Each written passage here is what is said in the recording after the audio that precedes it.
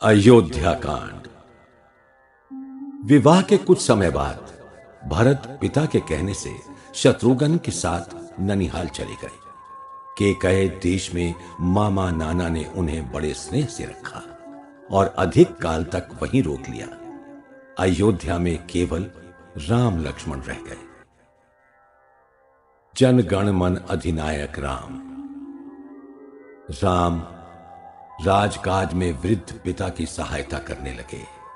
उनमें कुछ ऐसी विशेषताएं थीं जिनके कारण वो थोड़े ही समय में पूर्णिमा के चंद्रमा के समान सर्वप्रिय हो गए। शरीर से राम अतिशय रूपवान, बलवीर्यशाली तथा सर्व शुभ लक्षण संपन्न थे। उनका व्यक्तित्व ऐसा प्रभावशाली था कि लोग सहज में दर्शन मात्र से उनके प्रति अनुरक्त हो जाते थे। स्वभाव से वो और भी सौम्य तथा देवता स्वरूप थे। उनका अंतःकरण अत्यंत विशाल, पवित्र और क्षमा, दया, प्रेम, उदारता जैसी सरस सात्विक भावनाओं से ओतप्रोत था। वो बड़े ही सहृदय तथा प्रशांत आत्मा थे। सदा सबका भला ही सोचते थे और सुख दुख में कभी हर्ष विषाद से मोहित नहीं होते थे। संयम और सदाचार पालन में राम की बराबरी करने वाला कोई नहीं था। राजपुत्र होकर भी वो तपस्वी की भांति नियम संयम से रहते थे। सत्य, धर्म और लोक तथा कुल की रीति नीति में उनकी असीम श्रद्धा थी। लोक धर्म की मर्यादा का उल्लंघन ना तो वो स्वयं करते थे और ना दूसरों को करने देते थे। नीच और निंदित आचार विचार से उन्हें घृणा थी। राम विलक्षण प्रतिभाशाली, सर्वशास्त्र विशारद, कुशल राजनीतिज्ञ, श्रेष्ठ वक्ता और पुरुषांतर कोविद अर्थात मनुष्य के मन की बात को भांपने वाले आदमी को पहचानने वाले थे।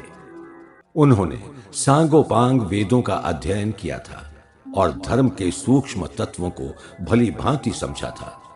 उन्हें वयोवृद्ध, ज्ञान वृद्ध और शील वृद्ध सज्जनों की संगति विशेष प्रिय थी। राम जैसे ज्ञानी थे वैसे ही स्वात्माभिमानी, वीर, कठोर, सत्यव्रती और महान कर्मोद्योगी भी थे। उनमें शक्ति, सामर्थ्य, साहस, उत्साह, धैर्य, आत्मविश्वास आदि समस्त वीरोचित गुण थे। उनके हर्ष क्रोध कभी निष्फल नहीं होते थे। सज्जनों का उपकार और दुर्जन का दमन करने में वो सर्वथा समर्थ थे और किसी भी परिस्थिति में कभी आत्मदीनता या पौरुषहीनता नहीं दिखाते थे। राम युद्ध विद्या के पूर्ण पंडित और धुरंधर महारथी तथा अद्वितीय धनुर्धर थे। उनके शौर्य वीर पर प्रजा को बड़ा भरोसा था। लोक में प्रतिष्ठा प्राप्त करने के लिए किसी व्यक्ति में इतने ही गुण बहुत हैं, लेकिन राम में कुछ और भी विशेषताएं थीं। वो सच्चे हृदय से प्राणी मात्र के हितैषी थे। सभी वर्णों के और प्रत्येक अवस्था के मनुष्यों से प्रेम करते थे। उनके घरों पर जाकर कुटुंबी की भांति कुशल समाचार पूछते थे और सबके पारिवारिक हर्ष शोक में सम्मिलित होते थे। जनसाधारण के प्रति उनमें इतनी आत्मीयता थी कि सुखी जनों से मिलकर वो सुख अनुभव करते थे और किसी को दुखी देखकर स्वयं भी दुखी हो जाते थे। उन्होंने अपना सारा जीवन ही जनता को समर्पित कर दिया था। लोक अनुरंजन उनका सर्वोच्च ध्येय था और उसके लिए वो बड़े से बड़ा कष्ट झेल लेते थे। सामान्य व्यवहार में राम अत्यंत शिष्ट, सरल और सरस थे। वो सबके आत्मसम्मान का ध्यान रखते थे और किसी को नीचा न दिखाकर सबको ऊपर उठाने का प्रयत्न करते थे। शक्ति प्रभुत्व के प्रदर्शन की प्रवृत्ति उनमें नहीं थी। राम किसी भी अवस्था में शील सौजन्य नहीं त्यागते थे। छोटे बड़े सबसे वो प्रेम पूर्वक मिलते थे और मिलने पर पहले प्रसन्न मुख से कुशल प्रश्न पूछकर तब मधुर तथा हृदय स्पर्शी शब्दों में बात करते थे। उनके मुख से क्रोध की दशा में भी कभी दुर्वचन नहीं निकलते थे। बातचीत में वो आत्म प्रशंसा, परनिंदा, कुतर्क, दुराग्रह और मिथ्या भाषण से दूर रहते थे। राम परम गुणग्राही थे। किसी के अवगुण ना देखकर उसके गुणों पर ही दृष्टि रखते थे। कोई उनका साधारण सा भी काम कर देता तो उसे वो बहुत मानते और उसके उपकार को सदैव याद रखते थे, लेकिन दूसरों के अपकारों को तुरंत भूल जाते थे, क्षमा कर देते थे। इसी प्रकार की राम में सैकड़ों विशेषताएं थी। लोक रंजन में वो चंद्रमा के समान, क्षमा सहिष्णुता में पृथ्वी के समान और बल पराक्रम में इंद्र के समान थे।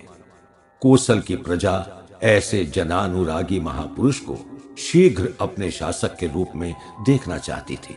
वो कौशलेश न होकर भी जनता के हृदयेश थे। पुत्रवानों में श्रेष्ठ राजा दशरथ राम का आत्मोत्कर्ष देखकर हर्ष से फूले नहीं समाते थे। वो अब अति वृद्ध हो चले थे, अतएव अपने जीवन काल में ही ऐसे सर्वगुण संपन्न पुत्र को राज्य के समस्त अधिकार सौंप देना चाहते थे। अपने परामर्शदाताओं की सम्मति से उन्होंने राम को शीघ्र युवराज का पद देने का निश्चय कर लिया। राज्याभिषेक का प्रस्ताव। राजा यद्यपि स्वतंत्र थे, फिर भी इस विषय में सबकी सम्मति से ही कार्य करना आवश्यक समझते थे। उन्होंने कैकय और मिथिला के राजाओं को छोड़कर शेष सभी मित्र राजाओं को यथाशीघ्र अयोध्या आने का निमंत्रण भेजा। साथ ही चुपचाप राम के अभिषेक की तैयारी भी आरंभ कर दी। निश्चित तिथि पर सभी आमंत्रित राजागण तथा कौशल राष्ट्र के चारों वर्णों के प्रजा प्रतिनिधि अयोध्या के सभा भवन में उपस्थित हुए। राजा दशरथ ने सबके आगे अपने वृद्धत्व और असमर्थता का वर्णन करके अपने तथा लोक के हित के लिए राम को युवराज बनाने का प्रस्ताव रखा और सबसे इस संबंध में स्पष्ट विचार प्रकट करने का अनुरोध किया। राजा के मुख से वास्तव में लोकमत ही ध्वनित हुआ था। प्रजाजनों और नर नायकों ने राम की भूरी भूरी प्रशंसा करके एक स्वर से इस प्रस्ताव का समर्थन किया। राम के पीछे ऐसा सुसंगठित लोकबल देखकर दशरथ को बड़ी प्रसन्नता हुई। उन्होंने उपस्थित सज्जनों को इस सुंदर निर्णय के लिए हृदय से धन्यवाद दिया और भरी सभा में मंत्रियों तथा पुरोहितों से कहा, सर्वसम्मति से राम को युवराज बनाने का निश्चय हो गया। मैं इस पवित्र चैत्र मास में कल ही राम का अभिषेक करना चाहता हूं। कल प्रातःकाल शुभ मुहूर्त में ये मंगल कार्य प्रारंभ हो जाएगा। इस घोषणा के बाद राजा ने अपने परम विश्वास पात्र मंत्री सुमंत्र द्वारा राम को सभा में बुलवाया। उन्हें अपने पास श्रेष्ठ आसन पर बैठाकर वो बोले, राम, तुम मेरे ज्येष्ठ पुत्र हो। तुमने अपने लोकोत्तर गुण चरित्र से मुझे तथा सारी प्रजा को मोहित कर लिया है। तुम इस राज्य के स्वामी होने के सर्वथा योग्य हो। जनता ने स्वेच्छा से तुम्हें अपना शासक निर्वाचित किया है। अतएव मैं कल ही तुम्हें युवराज पद पर प्रतिष्ठित करूंगा। तुम सावधानी से राजधर्म का पालन करना और कुल की परंपरा के अनुसार प्रजा पालन में नित्य तत्पर रहना। इसके बाद सभा विसर्जित हुई। राज्य के अधिकारी और कर्मचारीगण महोत्सव के प्रबंध में व्यस्त हो गए। राजा दशरथ महल में पधारे। वहां उन्होंने राम को एकांत में बुलाकर उनसे कहा, वत्स, मेरी अब एक ही लालसा शेष है कि मैं अपनी आंखों से तुम्हें ऐश्वर्य भोगते देखूं। मेरे जीवन का अब कोई भरोसा नहीं है, इसीलिए तुम्हारा अभिषेक शीघ्र हो जाना चाहिए। इस समय भरत ननिहाल में है। मैं चाहता हूं कि उसके दूर रहते रहते ये कार्य हो जाए। कारण यह है कि भरत यद्यपि सज्जन है, पर सज्जनों का मन भी कभी कभी चंचल हो जाता है। अतः मैं कल ही तुम्हें युवराज बनाकर राज्य के समस्त अधिकार तुम्हें सौंप दूंगा। तुम आज विशेष रूप से सावधान रहना, क्योंकि ऐसे कार्यों में नाना विघ्न बाधाओं की संभावना रहती है। ये कहकर राजा मंत्रियों के साथ अभिषेक संबंधी कार्यों पर विचार करने लगे। राम उठकर कौशल्या के महल में गए। वहां उन्होंने माता को शुभ संवाद सुनाया। स्नेहमयी कौशल्या ने आनंद वर्धक राम को हृदय से लगा लिया। उनके घर में उसी क्षण से मंगल गान और दान पुण्य आदि होने लगे। राम के राज्याभिषेक का समाचार राज्य भर में विद्युत की गति से फैल गया। महापुरी अयोध्या महासागर की भांति तरंगित हो उठी। घर द्वार, हाट बाट, तोरण बंधनवारों से सजाए जाने लगे। घरों में स्त्रियों और सड़कों पर बालकों की टोलियां आनंदित होकर बधाई के गीत गाने लगी। मंथरा की कुमंत्रणा।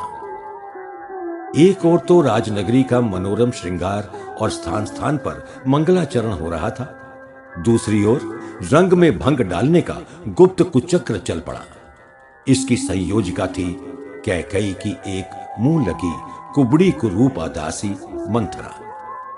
कैकेयी को उस समय तक अभिषेक संबंधी बातों का पता नहीं था। वो अपने रंग भवन में आराम से सो रही थी।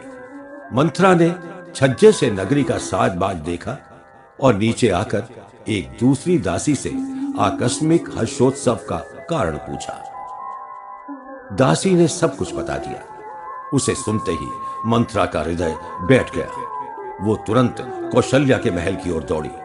वहां राम माता बड़े हर्ष से भांति भांति के मंगल कृत्य कर रही थी। कुबड़ी मन ही मन कुढ़ती हुई तत्काल लौटकर कैकेयी के शयनागार में आई और कर्कश स्वर में बोली, अरे मूढ़ रानी, उठ जाग, अचेत क्यों पड़ी है? घोर अनर्थ होने वाला है। कैकेयी ने चौंक कर पूछा, मंथरे, कुशल तो है? तू इस तरह व्यग्र क्यों है? मंथरा और भी अधिक व्यग्रता प्रकट करके बोली, रानी, तुमने कुछ सुना है कि नहीं? तुम्हारे सुख सौभाग्य का अंत होने वाला है।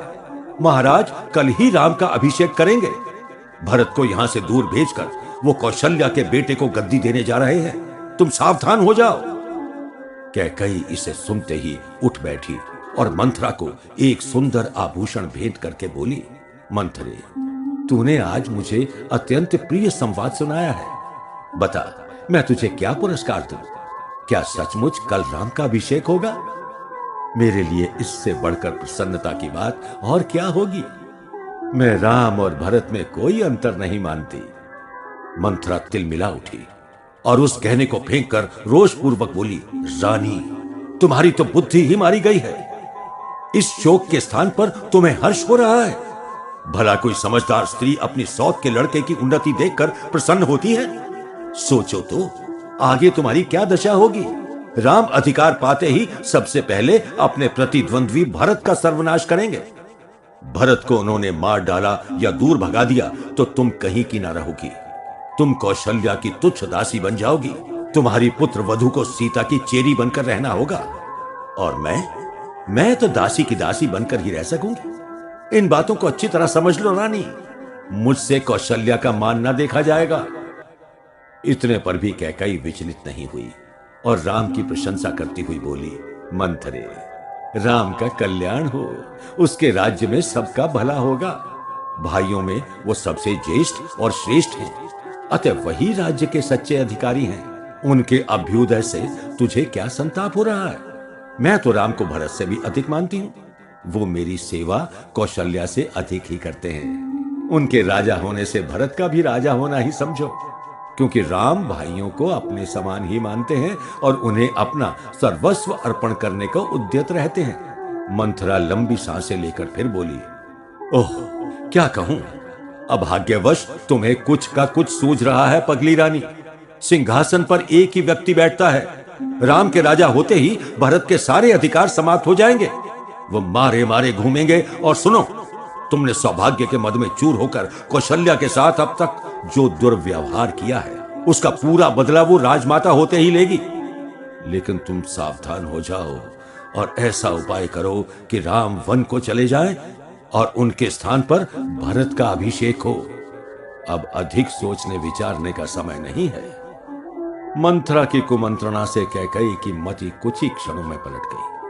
वो चिंतित होकर बोली, मंथरा, तू ठीक ही कहती है, लेकिन यह कार्य कैसे सिद्ध होगा?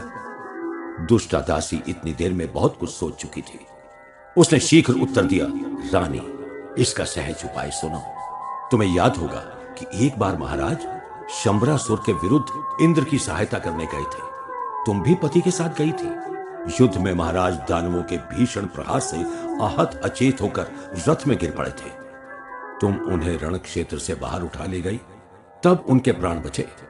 याद करो रानी, उस दिन इस महान उपकार के बदले में महाराज ने तुमसे 2 इच्छित वर मांगने को कहा था। तुमने उस समय यही कहा था कि आगे जब आवश्यकता होगी वर मांग लूंगी। तुम्ही ने वहां से लौटने पर यह सब मुझे बताया था।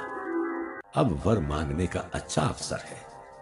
तुम कोप भवन में जाकर अपने ये गहने कपड़े उतार कर फेंक दो और मैले कुचाले कपड़े पहनकर जमीन पर लेट जाओ। राजा तुम्हें मनाने आएंगे, लेकिन उनके लाख मनाने पर भी जब तक वो तुम्हारी मनोकामना पूर्ण करने का वचन ना दें, प्रसन्न ना होना।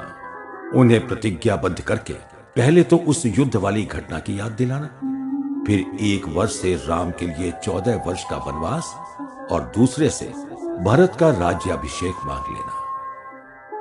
14 वर्षों में प्रजा राम को भूल जाएगी और भरत की प्रभुता सदा सर्वदा के लिए स्थापित हो जाएगी। रंग में भंग।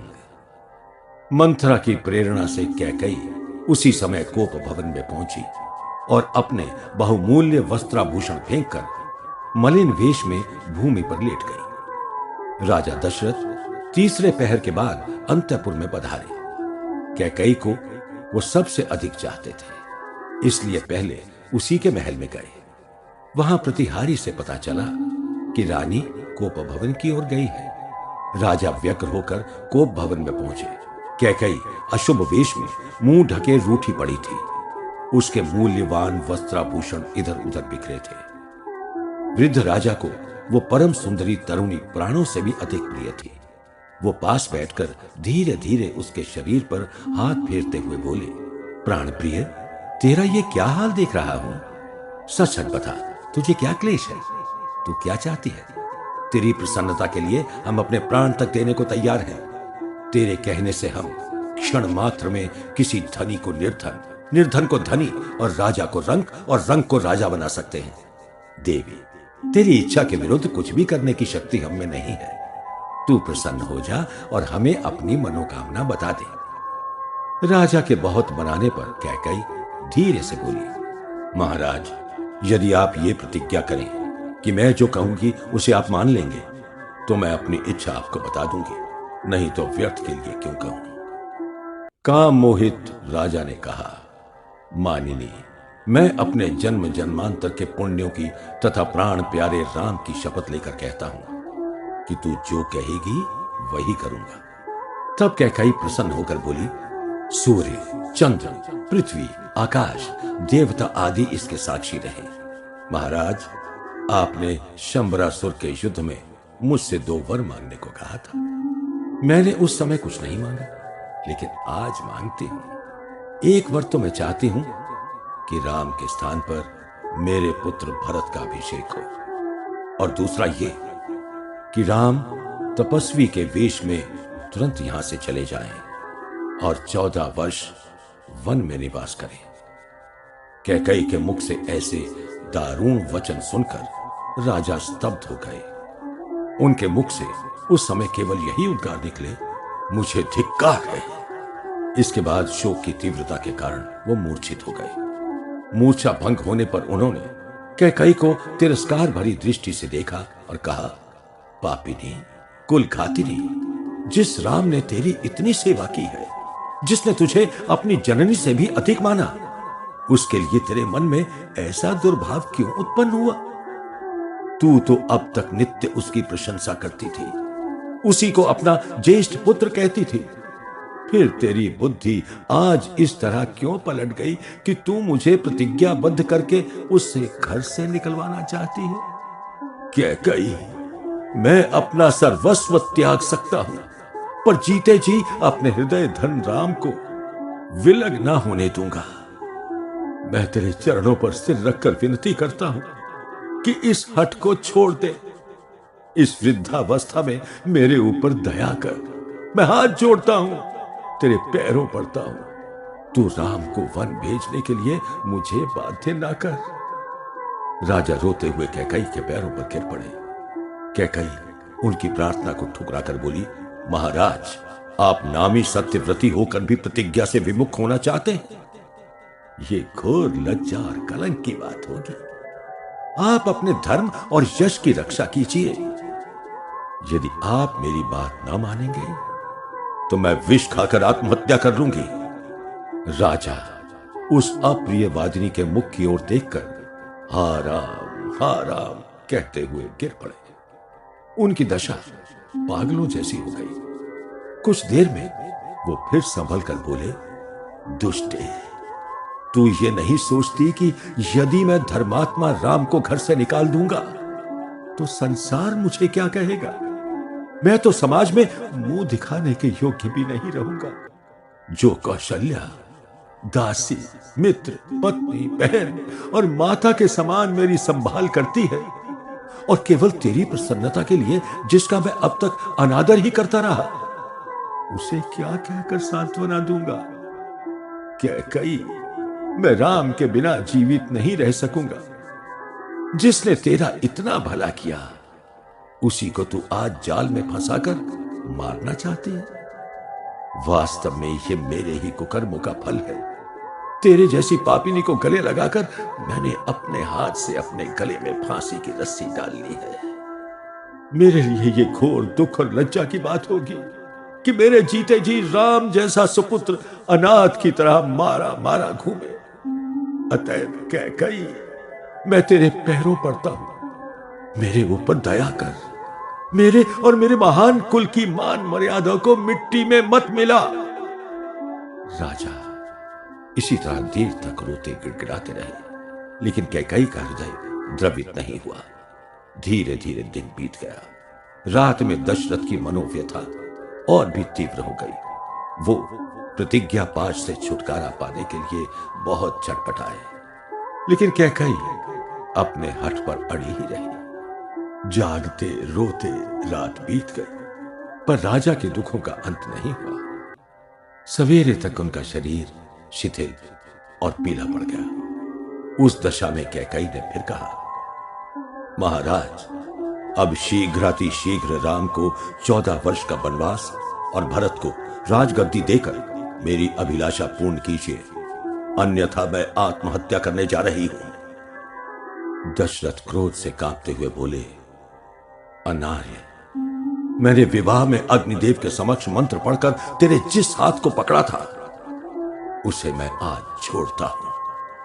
साथ ही मैं तेरे गर्भ से उत्पन्न भरत का भी परित्याग करता हूं। तेरे या भरत के हाथों से मैं अपना प्रेत कर्म भी नहीं होने दूंगा। राम द्रोहियों से मेरा कोई संबंध नहीं है। महल के एक कोने में यह सब हो रहा था। बाहर का दूसरा ही रंग ढंग था। सारी महापुरी सुंदर ढंग से सज गई थी। स्थान स्थान पर तोरण बंधनवार बने थे। घर घर पर रंग बिरंगी ध्वजाएं फहरा रही थी। भांति भांति के मंगल वाद्य बज रहे थे। चारों ओर अद्भुत उल्लास छाया था। अभिषेक उत्सव देखने के लिए बाहर से भी झुंड के झुंड मनुष्य गाते बजाते चले आ रहे थे। महल के आसपास दर्शकों का विशाल समुदाय प्रत्येक क्षण बढ़ता ही जा रहा था। धीरे धीरे अभिषेक का शुभ मुहूर्त निकट आ गया। राज्य के गणमान्य नागरिक, आमंत्रित राजागण तथा अनेक ऋषि मुनि और पुरोहित आदि सभा भवन में आ गए। ऐसे अवसर पर जिसे सबसे आगे रहना चाहिए था, उसको वहां पर न देखकर सबको आश्चर्य हुआ। महर्षि वशिष्ठ ने सुमंत्र द्वारा राजा दशरथ के पास शीघ्र पधारने का संदेश भेजा। उस समय तक किसी को कैकई के कुचक्र का पता नहीं था। सुमंत्र शीघ्रता से महल में राजा के पास गए। राजा दशरथ सिर नीचा किए उदास बैठे थे। वृद्ध मंत्री ने जाते ही अभिवादन करके उनसे अभिषेकोत्सव में पधारने का अनुरोध किया। राजा उत्तर में एक शब्द भी नहीं बोले और सुमंत्र की तरफ एकटक देखने लगे। तब कैकई बोली, सुमंत्र, महाराज रात भर अभिषेक के विषय में चिंतन करते करते थक गए हैं। उन्हें झपकी आ रही है। तुम शीघ्र राम को बुलाओ। सुमंत्र राजाज्ञा की प्रतीक्षा में वहीं खड़े रहे।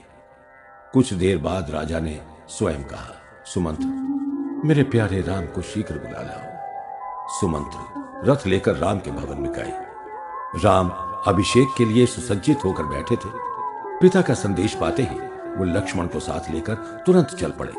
मार्ग में दर्शनात्सुक जनता ने बड़े हर्ष से उनका अभिनंदन किया। अटारियों से स्त्रियों ने उनके ऊपर फूल और लाजा बरसाई। जनता को आनंद से आंदोलित करके लोकाभिराम राम राजधाम में पहुंचे। जाते ही उन्होंने माता पिता के चरणों में प्रणाम किया। उत्तर में दशरथ केवल राम कहकर चुप हो गए। वो ना तो कुछ बोल सके और ना राम की ओर देखने का ही साहस कर सके। राम ने राजा की ओर ध्यान से देखा। उनके मुख पर घोर उदासी छाई हुई थी।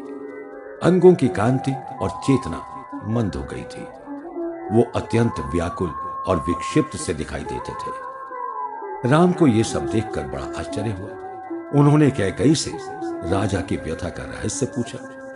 कैकई दृष्टता पूर्वक बोली, राम महाराज तुम्हारे ही संबंध में एक बात को लेकर बड़े धर्म संकट में पड़ गए हैं। संकोचवश वो तुमसे उचित बात कहने में हिचक रहे हैं। यदि तुम इनके वचन का मान रख सको तो मैं सब कुछ तुम्हें स्पष्ट बता दूं। राम ने सविनय कहा, देवी मैं पिता की आज्ञा का पालन अवश्य करूंगा। यदि वो मुझे आग में कूदने को भी कहेंगे तो मैं सहर्ष कूद पड़ूंगा।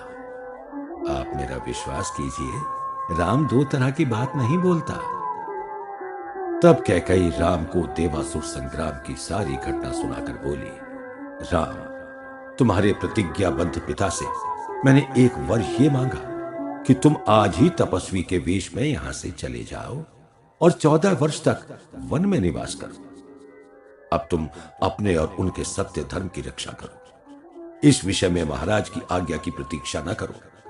वो मोहवश ऐसे किंग कर्तव्य विमूढ़ हो गए हैं कि उनसे कुछ भी कहते नहीं बनता।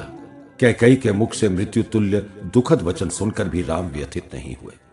उन्होंने प्रसन्न मन से कहा, माता मैं पिताजी की प्रतिज्ञा की रक्षा के लिए आज ही यहां से चला जाऊंगा। आप भरत को बुलवा लीजिए, मैं अपना सर्वस्व उन्हें देने को तैयार हूं। इस पर कैकई पुनः बोली, राम जब तक तुम नहीं जाओगे महाराज इसी तरह मोह शोक में डूबते उतराते रहेंगे। इसलिए तुम यथाशीघ्र दंडक वन को चले जाओ। राजा दशरथ इसे सुनते ही धिक्कार है कहकर शोक से मूर्छित हो गए। राम कैकई को वन जाने का वचन देकर अपनी माता से विदा लेने गए। उस समय उनका चित्त माया मोह मुक्त सन्यासी की भांति शांत और विकार रहित था। मार्ग में उन्होंने अभिषेक के लिए सुसज्जित मंडप की तरफ देखा तक नहीं। अपने छत्र चमर आदि त्याग कर वो प्रसन्नता पूर्वक कौशल्या से मिलने गए। लक्ष्मण भी साथ थे। कौशल्या उस दिन बहुत प्रसन्न थी क्योंकि उस दिन उनके पुत्र का अभिषेक होने वाला था। राम ने जाकर उन्हें अपने वन गमन का संवाद सुनाया। उस हृदय विदारक समाचार को सुनते ही वो मूर्छित होकर गिर पड़ी। चैतन्य होकर उन्होंने राम से सारा हाल पूछा और अपने कर्मों को दोष देते हुए कहा, बेटा इससे बढ़कर दुख की बात और क्या होगी।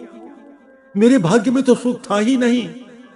सोचा था कि पुत्र होने पर मेरे दिन पलटेंगे, सो वो भी नहीं हुआ। मैं निरंतर कैकई की सेवा में लगी रहती थी, लेकिन उसकी दासी के बराबर भी मेरा मान नहीं था। अब तो कोई मुझे और भी न पूछेगा। मेरे व्रत अनुष्ठान आज निष्फल हो गए। तेजस्वी लक्ष्मण उस समय तक चुप थे।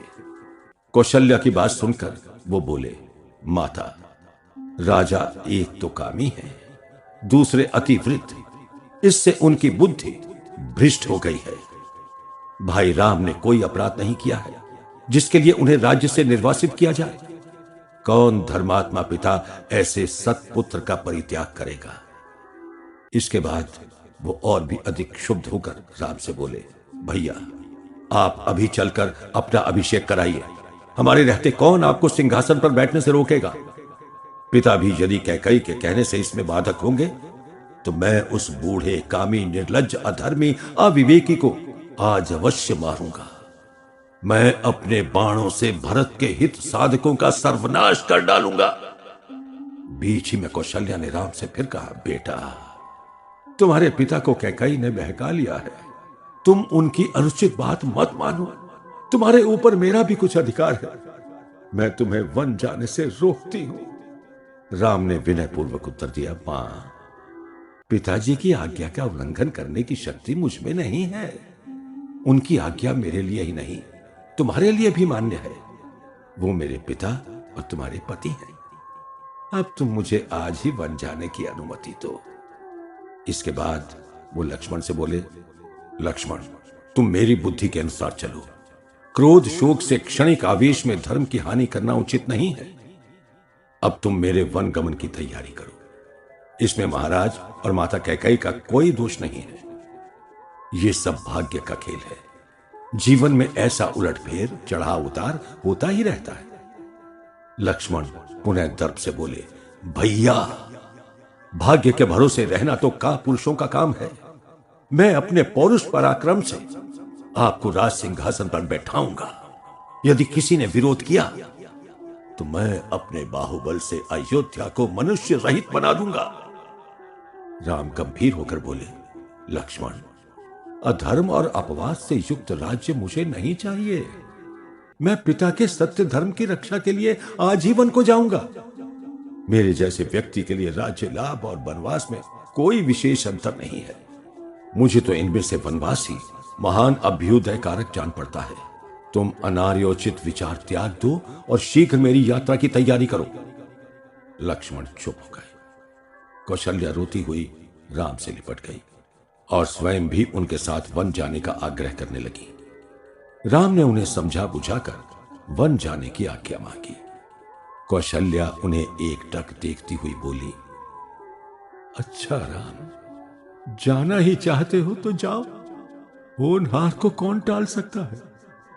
मैं 14 वर्ष तक तुम्हारी राह देखती बैठी रहूंगी। तुम सकुशल लौटना। जिस धर्म का तुम नित्य पालन करते हो वही तुम्हारी रक्षा करे। माता पिता के पुण्य तुम्हारे सहायक हो। सभी दिशाएं तुम्हारे लिए मंगलमयी हो। देवता, मनुष्य, पशु, पक्षी, पृथ्वी, आकाश, जल, वायु, सूर्य, चंद्र सभी तुम्हारे प्रति कल्याणकारी हो। मेरे व्रत पूजन का समस्त फल तुम्हें मिले। तुम्हारा शास्त्र अध्ययन सफल हो। लोक की दैवी शक्तियां तुम्हारे अनुकूल हो। बेटा, जाओ, मैं रोम रोम से तुम्हें आशीर्वाद देती हूं। तुम्हारी वन यात्रा तुम्हारे लिए और सभी के लिए शुभ हो। धर्मशील कौशल्या ने शुभ यात्रा के निमित्त अनेक धार्मिक अनुष्ठान किए और फिर राम को हृदय से लगाकर विदा कर दिया। राम वहां से सीता के पास गए। सीता को इन बातों का कुछ भी पता नहीं था। राम ने उन्हें भी सारा हाल बताया और अंत में विदा मांगते हुए कहा, सीता, अब हम लोग 14 वर्ष बाद ही फिर मिलेंगे। तुम मेरी वृद्धा माता की संभाल रखना और सदा भरत की इच्छा के अनुकूल ही चलना, क्योंकि अब वो एक तो कुल के स्वामी, दूसरे देश के राजा भी हैं। तुम उनके सामने भूल कर भी मेरी प्रशंसा ना करना, क्योंकि ऐश्वर्यशाली पुरुषों को दूसरे की प्रशंसा असहाय होती है। सीता अत्यंत व्याकुल होकर बोली, आर्यपुत्र, ये कैसे संभव है कि आप तो वन में रहे और मैं अयोध्या के महलों में निवास करूं? आपके बिना मेरे लिए स्वर्ग का वैभव भी तुच्छ है। मैं छाया की भांति आपके साथ रहूंगी। मैं आपकी अर्धांगिनी और सहगामिनी हूं। मुझे आपके साथ रहने का अधिकार है।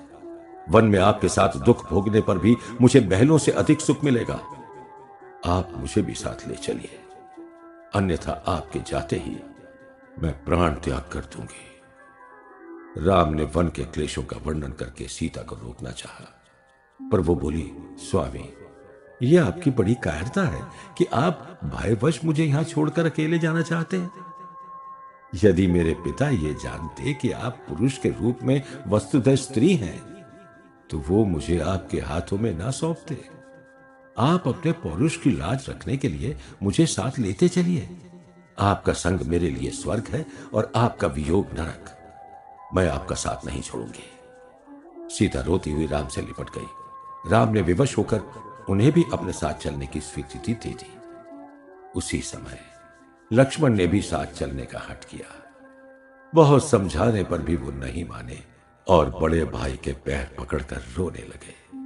अंत में राम ने कहा, अच्छा लक्ष्मण, यदि कुटुंबी जन तुम्हें मेरे साथ जाने की अनुमति दें तो गुरुवर वशिष्ठ के घर से मेरे सुरक्षित दिव्य अस्त्र शस्त्र ले आओ और शीघ्र वन गमन की तैयारी करो। लक्ष्मण ने शीघ्र जाकर माता और पत्नी से वन जाने की स्वीकृति ली। फिर वो वशिष्ठ के घर से अस्त्र शस्त्र लेकर राम की सेवा में उपस्थित हो गए। राम ने अपना और सीता का सब सामान ब्राह्मणों और सेवकों को दान कर दिया। तदनंतर वो अपने सेवकों से विदा लेकर सीता लक्ष्मण के साथ राजा दशरथ के पास गए। राम के वन गमन का समाचार सारी अयोध्या में फैल चुका था। चारों तरफ हर्ष के स्थान पर शोक छा गया। लोग बार बार कैकेयी और दशरथ को धिक्कारते हुए राम के गुणों को याद करके रोने लगे। राम को राजा के महल की ओर जाते देखकर सब हाहाकार कर उठे। राजा दशरथ उस समय घोर मानसिक व्यथा से तड़प रहे थे। उन्होंने कौशल्या सुमित्रा को भी वहां बुलवा लिया था। राम उनसे अंतिम विदा लेने आए। राजा उन्हें देखते ही उठ खड़े हुए और प्रेम से विह्वल होकर उनकी ओर दौड़े, लेकिन बीच ही में मूर्छित होकर गिर पड़े। राम लक्ष्मण ने उन्हें उठाकर पलंग पर लिटाया। राजा के चैतन्य होने पर राम ने हाथ जोड़कर उनसे निवेदन किया, पिताजी, आप कृपा करके मुझे दंडक वन जाने की अनुमति दीजिए। सीता और लक्ष्मण भी मेरे साथ जाने का आग्रह कर रहे हैं और आपकी आज्ञा लेने आए हैं। आप हम लोगों के लिए किसी प्रकार का शोक न करें। राजा राम की ओर अनिमेष दृष्टि से देखकर बोले, राम, कैकेयी ने मेरी मति हर ली। तुम मुझे पकड़कर बंदी गृह में डाल दो और स्वयं आज ही अयोध्या के राजा बन जाओ। राम ने बड़ी नम्रता से कहा, पिताजी, मुझे राज्य का लोभ नहीं है। मैं आपके वचन की रक्षा के लिए अब 14 वर्ष वन में ही निवास करूंगा। आप मुझे जाने की आज्ञा दी। राजा से कुछ कहते नहीं बनता था। कैकेयी उन्हें बार बार फटकार कर कहने लगी, महाराज, शीघ्र जाने को कहिए ना, अब अधिक विलंब ना होना चाहिए। राम स्वयं शीघ्र जाने के लिए आग्रह कर रहे थे। ऐसी परिस्थिति में राजा दशरथ विवश होकर बोले, राम, तुम धर्मव्रती हो, कोई तुम्हें कर्तव्य मार्ग से विचलित नहीं कर सकता। अतः वत्स, तुम कल्याण के लिए, आत्मवृद्धि के लिए और सकुशल लौट आने के लिए प्रसन्न मन से वन को जाओ। मैं सत्य की शपथ खाकर कहता हूं कि मैं अपनी स्वतंत्र इच्छा से तुम्हें वन जाने को नहीं कह रहा हूं। पापिनी कैकेयी मुझे अपने जाल में फंसाकर ऐसा अनर्थ करवा रही है। राम, तुम मेरे धर्म और सत्य की रक्षा के लिए बड़ा दुष्कर कर्म करने जा रहे हो। मैं तुम्हें रोम रोम से आशीर्वाद देता हूं, तुम्हारा मार्ग भय रहित हो। बेटा, अब तुम संभवतः सदा के लिए मुझसे बिछुड़ रहे हो, क्योंकि तुम्हारे लौटने तक मैं जीवित नहीं रहूंगा। इसलिए मेरे साथ एक रात और बिता लो, तब जाओ। मैं तुम्हें एक दिन जी भर कर देख लूं, तुम्हारे साथ बैठकर भोजन कर लूं। यही मेरी अंतिम लालसा है। मुझे और अपनी दुखिनी माता को देखो। आज हम दोनों के लिए रुक जाओ बेटा, कल सवेरे चले जाना। राजा का यह करुणाजनक वचन सुनकर राम ने उत्तर दिया, पिताजी, मैं माता कैकेयी को आज ही जाने का वचन दे चुका हूं, अतएव मुझे आज ही जाने दीजिए। आपके धर्म और यश की रक्षा के लिए मैं बड़े हर्ष से वन को जा रहा हूं।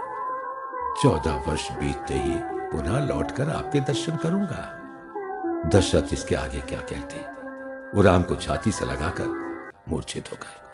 वहां के सभी लोग रोने लगे।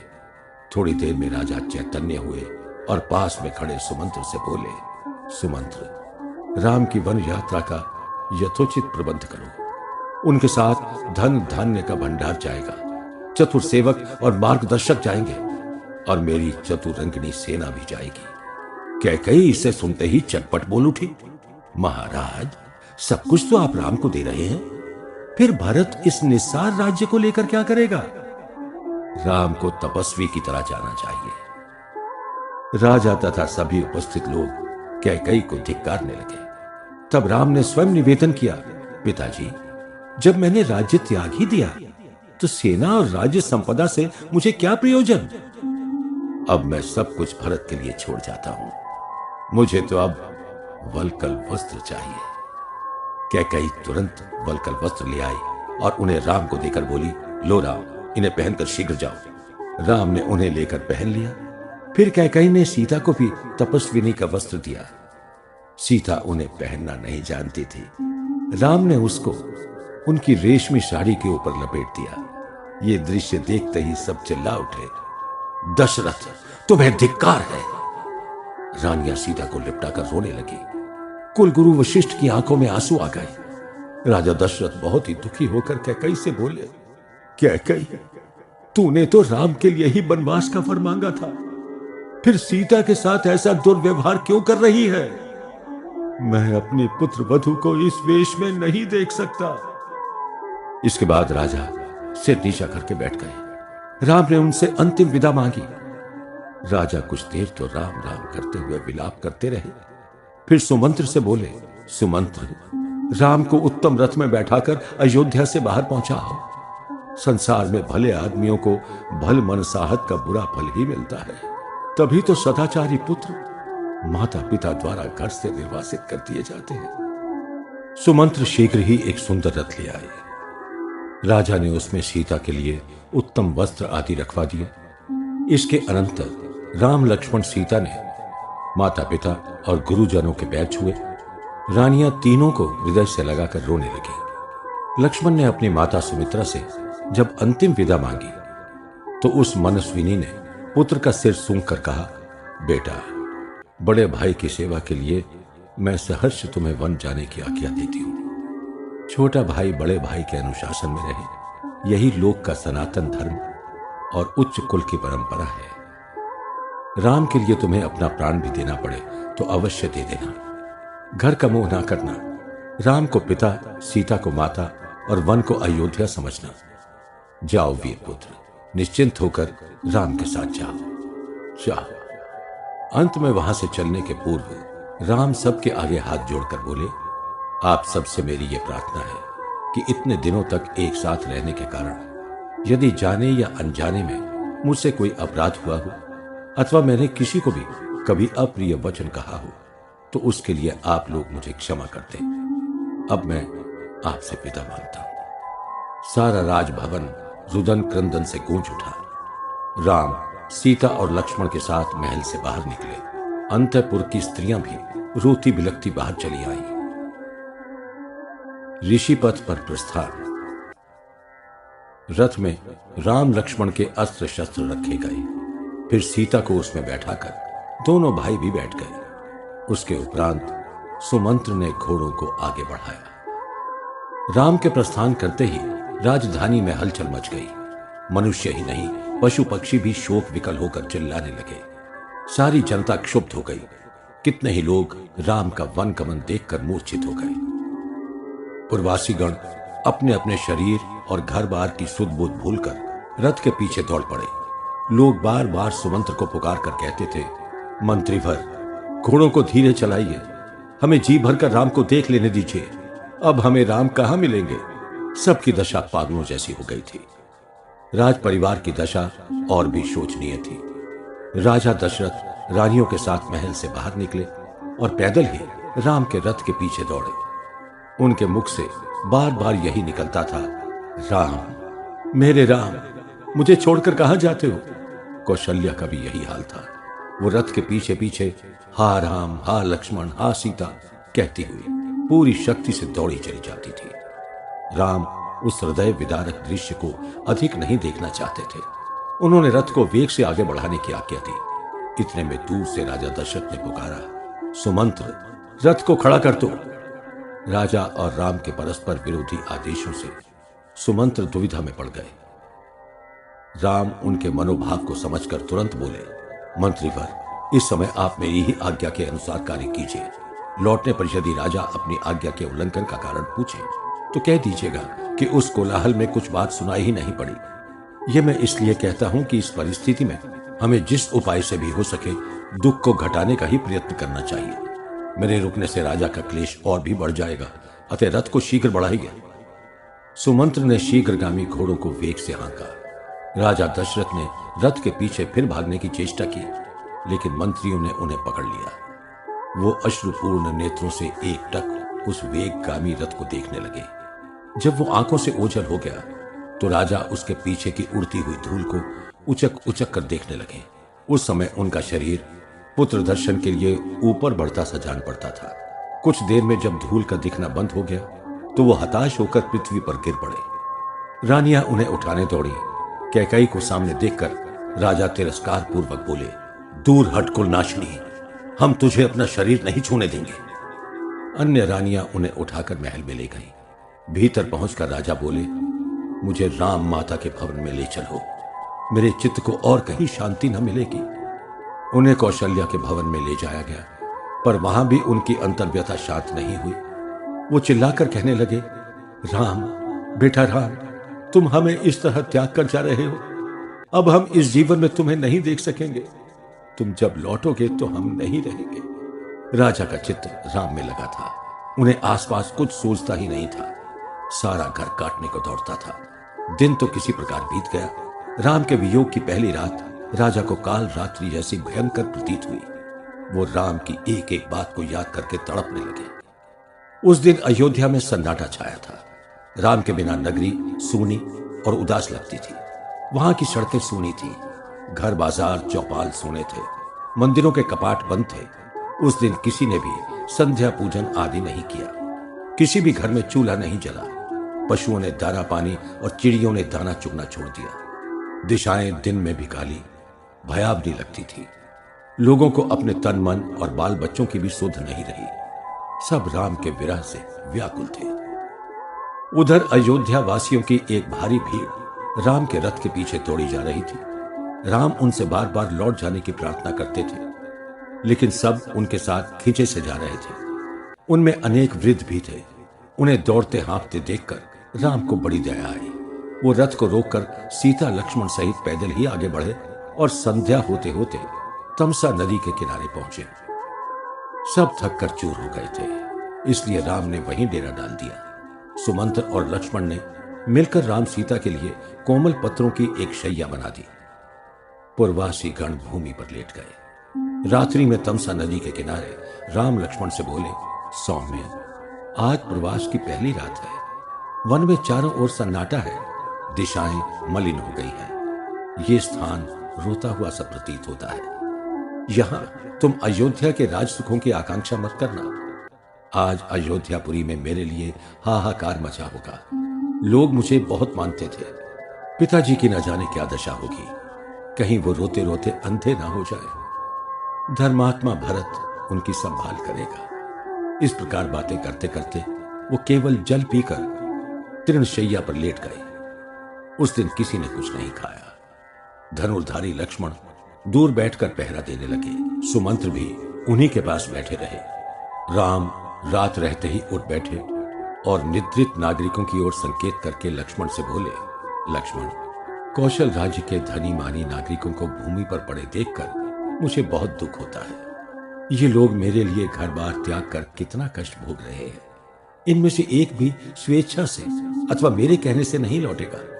अतएव इनके जागने से पहले ही हमें चुपचाप चल देना चाहिए। मैं प्रेमवश ही इन्हें त्यागना चाहता हूं। इनका कष्ट मुझसे नहीं देखा जाता। पुरवासियों को वहीं सोते छोड़कर राम लक्ष्मण सीता रथ सहित तमसा के पार चले गए। वहां राम ने सुमंत्र से कहा, मंत्रीवर, आप रथ को पहले उत्तर की ओर कुछ दूर तक ले जाइए, फिर घुमा फिरा कर इधर ही लौटा लाइए। ऐसा कीजिए कि नागरिकों को जागने पर हमारे मार्ग का ठीक ठाक पता न चले। सुमंत्र ने ऐसा ही किया। इसके बाद राम लक्ष्मण सीता रथ में बैठे और अयोध्या के दक्षिण तपोवन की ओर चल पड़े। इधर जब लोगों की आंखें खुली तो राम को वहां न देखकर सब चकित एवं खिन्न हो गए और चारों ओर दौड़कर खोजने लगे।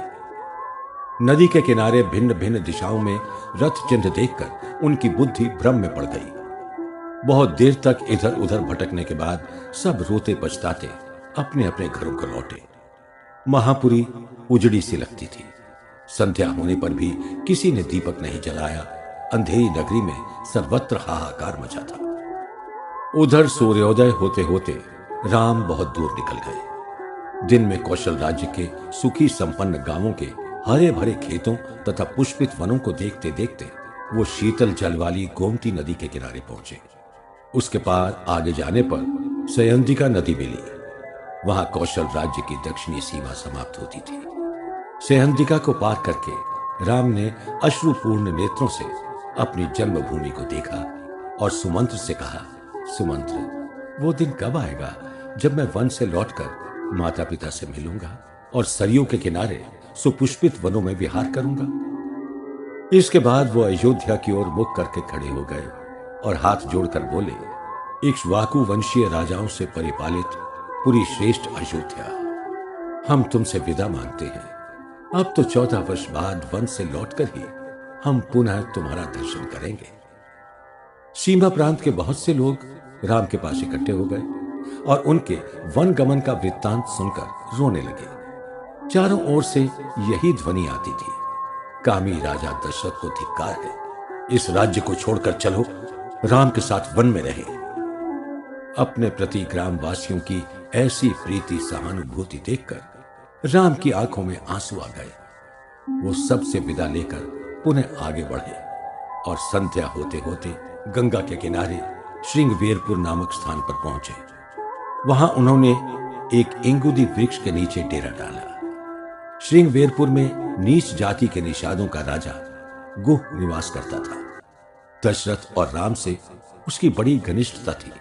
राम के शुभागमन की सूचना पाते ही वो बंधु बांधवों और सेवकों को साथ लेकर स्वागतार्थ दौड़ पड़ा। निषाद राज को आते देखकर राम स्वयं उठकर आगे बढ़े और उससे प्रेम पूर्वक गले मिले। गुह अयोध्या के यशस्वी राजकुमारों को मुनि वेश में देखकर खिन्न हो गया और अत्यंत नम्रता से बोला, राम, आज ये मेरा परम सौभाग्य है कि आप हमारे जनपद में पधारे। अयोध्या की भांति श्रृंगवेरपुर को भी आप अपना ही समझे और मेरे निवास स्थान पर चलकर सुख से ठहरें। हम लोग यथाशक्ति आपकी सेवा करेंगे। इतने में निषाद राज के बहुत से सेवक नाना प्रकार के व्यंजन लेकर आ पहुंचे। राम ने गुह का दृढ़ आलिंगन करके कहा, निषाद राज, मैं तो पिता की आज्ञा से राजपाट त्याग कर तपस्वी का जीवन व्यतीत करने निकला हूं। इसलिए किसी ग्राम या पुर में जाना और राजसी वस्तुओं का उपभोग करना मेरे लिए अनुचित होगा। मुझे किसी वस्तु की आवश्यकता नहीं है। राम के राज्य निर्वासन से गुह को बहुत दुख हुआ। वो हाथ जोड़कर बोला, राम, मैं बड़ी प्रसन्नता से अपना संपूर्ण राज्य आपके चरणों में अर्पित करता हूं। आप राजा होकर यहीं निवास करें। राम ने मुनिव्रत का परित्याग नहीं किया। उस दिन भी वो केवल जल पीकर इंगुदी वृक्ष के नीचे तृणशैया पर सो गए। लक्ष्मण भाई भाभी के शयन का प्रबंध करके रात में पहरा देने लगे। गुह और सुमंत्र उन्हीं के पास बैठ गए और रात भर राम के ही विषय में बातें करते रहे। प्रातःकाल राम ने एक सुंदर नाव में अपना सामान रखवाया। उसके बाद वो सुमंत्र से हाथ जोड़कर बोले, मंत्रीवर, अब हम लोग आपसे विदा मांगते हैं। आप अयोध्या लौट जाइए और जिस प्रकार भी हो सके महाराज के दुख को दूर करने की चेष्टा कीजिए। पिताजी के चरणों में प्रणाम कहिए और ये बता दीजिएगा कि हमें राज्य त्याग और वनवास का कुछ भी क्लेश नहीं है। हम लोग 14 वर्ष बाद पुनः उनकी सेवा में उपस्थित होंगे। हमारी माताओं से भी ऐसा ही कह दीजिएगा। भरत से मेरा यह संदेश कहिएगा कि वो सब माताओं के साथ एक सा व्यवहार करें और महाराज को सब प्रकार से प्रसन्न रखें। उस अवसर पर लक्ष्मण भी सुमंत्र से बोले, मंत्रीवर, आप मेरी ओर से राजा से पूछेगा कि उन्होंने राम जैसे निरपराध ज्येष्ठ पुत्र का परित्याग क्यों किया। जिसके चरित्र से पितृभाव नहीं प्रकट होता उसे मैं पिता नहीं मानता। मेरे भ्राता, पिता, स्वामी सब कुछ एकमात्र राम है। सर्वप्रिय राम को घर और राज्य से निर्वासित करके राजा ने लोक विरुद्ध आचरण किया है। ऐसे लोकद्रोही व्यक्ति को राजा होने का अधिकार नहीं है। राम ने बीच ही में सुमंत्र से कहा, आर्य सुमंत्र, इन बातों को महाराज से ना कहिएगा। उनके चित्त को दुखी करना उचित नहीं है। अब आप अयोध्या के लिए प्रस्थान करें। वयोवृद्ध सुमंत्र बालकों की तरह रोते हुए बोले, राम, अपने इस वृद्ध सेवक पर कृपा कीजिए, मुझे भी अपने साथ लेते चलिए। मैं इस खाली रथ को लेकर अयोध्या नहीं जाऊंगा। राम ने कहा, मंत्रीवर, मुझे भी आपसे बिछुड़ने में दुख हो रहा है, लेकिन राजा और राज्य के लिए आपका यहां से लौट जाना ही श्रेयस्कर है। आपके जाने से कैकेयी को मेरे वन गमन का पूर्ण विश्वास हो जाएगा और वो मेरे पिता को इस संबंध में अधिक कष्ट न देगी। सुमंत्र मौन हो गए। राम ने वहीं बरगद का दूध मंगवाया। उससे दोनों भाइयों ने अपनी अपनी जटाएं बनाई। फिर वो गुह तथा सुमंत्र से विदा लेकर सीता के साथ नाव में बैठे और गंगा पार करके वत्स देश में पहुंचे। आगे आगे राम, बीच में सीता और पीछे लक्ष्मण। इस क्रम से तीनों वन के दुर्गम मार्ग पर पैदल ही चल पड़े। दिन भर चलने के बाद वो शाम को एक पेड़ के नीचे टिक गए। लक्ष्मण ने राम सीता के लिए कोमल पत्तों की सुंदर शैया बना दी। सबने साथ बैठकर वन के कंदमूल खाए। उस निर्जन वन में राम अपने एकमात्र साथी लक्ष्मण से बोले, लक्ष्मण, आज सुमंत्र भी चले गए। हम लोग अकेले हैं। मुझे अयोध्या की याद आ रही है। पिताजी हम लोगों के वियोग में कितने दुखी होंगे। कोई मूर्ख भी स्त्री के कहने से ऐसा अनर्थ न करेगा जैसा कि उन्होंने किया है। प्रमादासक्त कामियों की ऐसी ही दुर्गति होती है। लक्ष्मण, मैं अपने बाहुबल से अभी अयोध्या का राज्य ले सकता हूं, किंतु अधर्म और अपयश के भय से ऐसा नहीं करता। मुझे राज्य हानि का कुछ भी दुख शोक नहीं है। मैं सबसे अधिक उस माता के लिए चिंतित हूं जिसे मुझसे सुख की जगह दुख ही मिला। मैं उसके किसी काम नहीं आया। मुझे धिक्कार है। लक्ष्मण, तुम कल ही अयोध्या चले जाओ और माता कौशल्या और सुमित्रा की संभाल करो। कैकेयी बड़े तुच्छ स्वभाव की स्त्री है। वो भरत का बल पाकर हमारी तुम्हारी माता पर बड़ा अत्याचार करेगी। इतना कहते कहते राम की आंखों में आंसू आ गए। लक्ष्मण देर तक पास बैठकर उनको सांत्वना देते रहे। कुछ देर बाद राम सीता के साथ पर्णशैया पर सो गए। लक्ष्मण धनुष बाण लेकर पहरा देने लगे।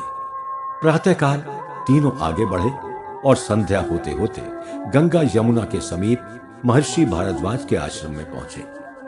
भारद्वाज ने उन्हें सम्मान पूर्वक अपने आश्रम में ठहराया। दूसरे दिन राम महर्षि से आज्ञा लेकर आगे बढ़े और यमुना को पार करके 2 दिनों की यात्रा के बाद चित्रकूट पहुंचे। वहां की शोभा देखकर उनका चित्त प्रसन्न हो गया। लक्ष्मण ने मंदाकिनी नदी के किनारे एक सुंदर पर्णकुटी बना दी। महात्मा राम उसी में सीता लक्ष्मण के साथ बड़े सुख से रहने लगे। प्रकृति के सुखद, शांत, मनोरम वातावरण में वो राज्य त्याग और प्रियजनों के वियोग से तनिक भी व्यथित नहीं हुए और लक्ष्मण से बोले, लक्ष्मण, मेरा वनवास सफल हो गया। उससे मुझे 2 फल मिले। एक तो पिता के धर्म की रक्षा, दूसरा भरत का उपकार। अयोध्या में हाहाकार। इधर सुमंत्र खाली रथ लेकर अयोध्या लौटे। उस समय तक लोगों को यह आशा थी कि राजमंत्री कदाचित राम को समझा बुझाकर लौटा लाएंगे। उस आशा पर भी पानी फिर गया। लोग दौड़ दौड़कर सुमंत्र से पूछते थे, मंत्रीवर, राम कहां है? उन्हें आप कहां छोड़ आए? सुमंत्र क्या कहते? वो मुंह लटकाए हुए सीधे राजमहल में गए। उन्हें अकेले आते देखकर रानियां हाहाकार कर उठी। राजा ने व्यग्र होकर पूछा, सुमंत्र, राम कहां गए? मेरा बेटा राम इस समय कहां होगा? क्या खाता होगा? सुमंत्र, उसने विदा होते समय तुमसे कुछ कहा हो तो बताओ। सुमंत्र ने रोते रोते सारा हाल कह सुनाया। राजा अधीर होकर इस प्रकार प्रलाप करने लगे, हा राम, हा लक्ष्मण, हा सीता, तुम लोग कहां हो? तुम्हें पता नहीं होगा कि तुम्हारा पिता अनाथ की तरह तड़प तड़प कर मर रहा है। आज मरते समय मैं अपने प्यारे बच्चों का मुंह देखना चाहता हूं, पर नहीं देख सकता। ये और कुछ नहीं, मेरे पापों का ही फल है। कौशल्या का इससे भी बुरा हाल था। वो सिर छाती पीट पीट कर रो रही थी और बार बार सुमंत्र से यही कहती थी कि मुझे किसी तरह बेटे के पास पहुंचा दो। राजा उनकी दशा देखकर और भी खिन्न हो गए और उनसे अपने अपराध के लिए क्षमा मांगने लगे। राम को अयोध्या से गए 6 दिन हो गए थे। आधी रात के समय राजा दशरथ को रह रहकर अपने पूर्व कर्मों का स्मरण होने लगा। वो कौशल्या के पास बैठकर आहें भरते हुए बोले, कौशल्या, मनुष्य जैसा भी शुभ या अशुभ कर्म करता है उसे वैसा ही फल मिलता है। मैंने युवावस्था में एक दुष्कर्म किया था, उसी का दंड आज मुझे भोगना पड़ रहा है। पहले जो बीज बोया था उसी के फलने का अब समय आ गया है। राजा अपने पूर्वकृत अपराध को स्मरण करके कहने लगे, कौशल्या, मेरे हाथों से जो दुष्कर्म हुआ था उसे ध्यान से सुनो। एक बार वर्षा ऋतु में मैं सरयू के किनारे शिकार खेलने गया था। उन दिनों मुझे शब्द वेदी बाण चलाने का व्यसन था। मैं अंधेरे में शिकार की ताक में बैठा था। एकाएक नदी के किनारे से हाथी के गर्जन जैसा शब्द सुनाई पड़ा। मैंने उसी को लक्ष्य करके एक शब्द वेदी बाण चला दिया। क्षण ही भर बाद मुझे दूर पर किसी मनुष्य का हाहाकार सुनाई पड़ा। मैं घबरा कर उस ओर गया। वहां एक तरुण तपस्वी घायल पड़ा तड़प रहा था। पास ही एक मिट्टी का घड़ा भी पड़ा था। मुझे देखते ही वो मरणासन्न तपस्वी बोला, हाय, तुमने मुझे अकारण क्यों मारा? मैं तो एक वनवासी था, अंधे मां बाप के लिए पानी लेने आया था। वो प्यास से व्याकुल होकर मेरी प्रतीक्षा करते होंगे और अब तो पानी के बिना वो मर ही जाएंगे। उनका एकमात्र सहारा तुमने छीन लिया। अब इतनी कृपा करो कि उनके पास जाकर ये समाचार बता दो। वो मुझे अपनी कुटी का रास्ता बताकर तड़पता हुआ मर गया। मैं कुछ देर तो वहीं स्तब्ध खड़ा रहा, फिर घड़े में जल लेकर उस मृत तपस्वी के आश्रम में गया। वहां उसके बूढ़े अंधे मां बाप बैठे थे। मेरे पैरों की आहट पाकर वो बोले, बेटा श्रवण कुमार, इतनी देर कहां रहे? हम प्यास से मर रहे हैं। बोलो बेटा। मैंने लड़खड़ाती जीभ से उत्तर दिया, महात्मन, मैं आपका पुत्र श्रवण कुमार नहीं, अयोध्या का राजा दशरथ हूं। इसके बाद डरते कांपते हुए मैंने उन्हें श्रवण की मृत्यु का दुख वृत्तांत सुनाया और अपनी भूल के लिए क्षमा मांगी। उसे सुनते ही दोनों अधमरे से हुए दारुण विलाप करने लगे। उनके कहने से मैं उन्हें उस तपस्वी के शव के पास ले गया। दोनों उस शव से लिपटकर बड़ी देर तक रोते रहे। फिर अपने इकलौते पुत्र की हत्या से क्षुब्ध होकर मुझे शाप देते हुए बोले, राजा, जिस तरह आज हम पुत्र के वियोग में तड़प तड़प कर मर रहे हैं, उसी तरह एक दिन तुम भी मरोगे। मुझे ये शाप देकर वो दोनों मर गए। देवी, आज वो शाप प्रतिफलित होने जा रहा है। मेरी स्मृति क्षीण होती जा रही है, इंद्रियां निर्जीव हो गई हैं, चित्त विकल है। मेरा प्राण अब इस शरीर से निकलना ही चाहता है। आज तो राम के स्पर्श से ही मेरी जीवन रक्षा हो सकती है, पर वो दुर्लभ है। मैंने राम के साथ कितना अनुचित व्यवहार किया, फिर भी उसने तो मेरा भला ही किया। मैंने उस निरपराध पुत्र को घर से, राज्य से निकाल दिया, लेकिन उसने मेरे विरुद्ध एक शब्द भी नहीं कहा। राम मेरी प्रत्येक बात को सदा मानता ही रहा, कभी उसने मेरे सामने सिर नहीं उठाया। इससे अधिक दुख की बात और क्या होगी कि मैं मरते समय अपने उस प्यारे पुत्र का मुंह भी नहीं देख सकता। ये कहते कहते राजा सहसा चिल्ला उठे, हा राम, हा मेरे शोक हरता राम, हा पितृवत्सल राम, मेरे लाल, मेरे कुल दीपक, मेरे नाथ रघुनंदन राम, तुम कहां चले गए? कौशल्या, सुमित्रा, अब मैं न बचूंगा, मेरा अंतकाल आ गया। राम राम चिल्लाते हुए दशरथ ने आधी रात के बाद प्राण त्याग दिए। अंतपुर की स्त्रियां क्रौंची की भांति क्रंदन करने लगी। सारी अयोध्या अगाध शोक सागर में डूब गई। दूसरे दिन मंत्रियों ने राजा के शव को एक तेल के भरे कड़ाह में रख दिया, क्योंकि उस समय उनके दाह संस्कार के लिए वहां एक भी राजकुमार नहीं था। राज परिषद ने राज्य की भावी व्यवस्था पर विचार करके भरत को शीघ्र बुलवाने का निश्चय किया।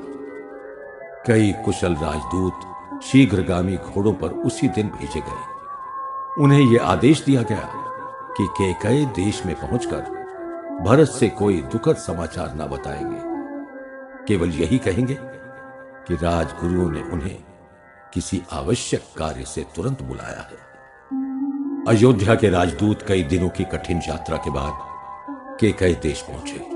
वहां उन्होंने भरत से राजगुरुओं का संदेश कहा। भरत स्वयं कई दिनों से अयोध्या के लिए चिंतित थे। संदेश पाते ही वो ननिहाल से विदा लेकर शत्रुघ्न के साथ चल पड़े। 8वें दिन उन्होंने अयोध्यापुरी में प्रवेश किया। वहां का हाल विचित्र था। चारों ओर उदासी छाई थी। सड़कों पर झाड़ू तक नहीं लगी थी। हाट बाजार बंद थे। सभी दिशाएं सूनी और भयानक लगती थी। पूर्ववासी गण भरत को देखते ही मुंह फेर लेते थे। किसी के चेहरे पर प्रसन्नता नहीं दिखाई देती थी। भरत घबराए हुए सीधे महाराज के भवन में गए। वहां उन्हें न देखकर वो कैकेयी के महल में गए। कैकेयी ने दौड़कर भरत को गले से लगा लिया और अपने भाई बाप आदि का कुशल समाचार पूछा। भरत ने संक्षेप में उत्तर देकर पूछा, मां, पिताजी कहां है? कैकेयी बोली, बेटा, जीव मात्र की जो अंतिम गति होती है, तुम्हारे पिता उसी को प्राप्त हुए। अब वो इस संसार में नहीं रहे। इसे सुनते ही भरत पछाड़ खाकर गिर पड़े और फूट फूट कर रोने लगे। कुछ देर बाद उन्होंने फिर पूछा, मां, बड़े भाई राम कहां है? कैकेयी ने कहा, बेटा, राम तो सीता लक्ष्मण के साथ वन को चले गए। उन तीनों को घर से निकालकर तुम्हारे पिता ने उन्हीं के वियोग में प्राण त्याग दिया। अब तुम ही कौशल राज्य के स्वामी हो। यह सब सुनकर भरत को घोर दुख तथा आश्चर्य हुआ। उन्होंने माता से सब कुछ स्पष्ट बताने का आग्रह किया। तब कैकेयी ने सारा हाल कह सुनाया। अंत में वो धृष्टता पूर्वक बोली, बेटा भरत, मैंने ये सब तुम्हारे लिए ही किया है। अब तुम महाराज का दाह संस्कार करके ठाठ से अयोध्या के राज सिंहासन पर बैठो और राज लक्ष्मी का उपभोग करो। इन बातों से भरत के मन में राज्य के प्रति अनुराग के स्थान पर वैराग्य उत्पन्न हो गया। वो कैकेयी को धिक्कारते हुए बोले, पापिनी, ये तूने क्या किया? तेरे कारण इक्ष्वाकु वंश का गौरव ही नष्ट हो गया। पितृतुल्य राम का स्थान कौन ले सकता है? वही इस कुल और राज्य के स्वामी होंगे। मैं उनका दास बनकर रहूंगा। भरत के आगमन का समाचार सुनकर राज्य के मंत्रीगण भी वहां आ गए। सबके आगे भरत ने कैकेयी की भर्त्सना करके कहा, मंत्रियों, मैं शपथ पूर्वक कहता हूं कि मेरी मां ने जो कुछ किया उसमें मेरा हाथ नहीं है। मैं इन सब बातों को जानता भी नहीं था। वहां से भरत कौशल्या के पास गए और उनसे लिपट कर रोने लगे। सारी रात वो पिता और बड़े भाई की याद करके रोते ही रहे। दूसरे दिन राजा दशरथ का शव तेल में से निकाला गया। भरत ने चंदन की चिता पर उनका दाह संस्कार किया। उसके बाद राजा का श्राद्ध हुआ। श्राद्ध के दूसरे दिन मंत्रियों और पुरोहितों ने भरत से सिंहासन पर बैठने की प्रार्थना की। भरत ने कहा, मैं कुल धर्म के विपरीत आचरण नहीं करूंगा। यह राज्य मेरे बड़े भाई राम का है। मैं भी उन्हीं का हूं। मेरे स्वर्गीय पिता के वही उत्तराधिकारी हैं। मैं समस्त लोक के कल्याण के लिए उन्हें वन से लौटा लाऊंगा। इसके बाद मंत्रियों से बोले, मैं कल ही भाई राम को मनाने जाऊंगा। मेरे साथ सभी कुटुंबीजन, पुरोहित और मंत्रीगण जाएंगे। साथ साथ अयोध्या की चतुरंगिनी सेना और प्रजा भी चलेगी। आप लोग यात्रा की तैयारी कीजिए। भरत की चित्रकूट यात्रा। दूसरे दिन भरत राजसेना के साथ साथ मंत्रियों, राजपंडितों और रानियों का दल तथा सहस्रों पुरवासियों का समूह लेकर चल पड़े। हाथी, घोड़ों और रथ पालकियों का तांता लग गया। चलते चलते वो श्रृंगवेरपुर पहुंचे और रात बिताने के लिए टिक गए। निषाद राज ने दूर से उनकी सेना का पड़ाव देखा। वो शंकित होकर अपने साथियों से बोला, देखो तो, ये अयोध्या की चतुरंगिणी सेना जान पड़ती है। मुझे तो ऐसा लगता है कि कैकेयी पुत्र भरत राज्य लोभवश राम को मारने जा रहा है। राम मेरे स्वामी और मेरे मित्र हैं। मेरे रहते कोई उनका अनिष्ट कैसे करेगा? मेरे साथियों, युद्ध के लिए तैयार हो जाओ। हमारे पास 500 नावें हैं। प्रत्येक नाव में 100-100 शस्त्रधारी युवक शीघ्र बैठ जाएं। मैं आगे बढ़कर भेद लाता हूं। यदि वो भातृभाव से राम के पास जाते होंगे तो हम उन्हें सहर्ष जाने देंगे, अन्यथा आज इस गंगा के किनारे हमारा उनका प्राणांत संग्राम होगा। मेरा आदेश पाते ही तुम लोग भरत की सेना को आगे बढ़ने से रोक देना। निषाद राज गुह अपने सैनिकों को कछार में नियुक्त करके स्वयं भेंट सामग्री सहित भरत से मिलने गया। भरत उससे बड़े प्रेम से मिले। दोनों में बातें होने लगी। भरत ने उससे राम का पता पूछा।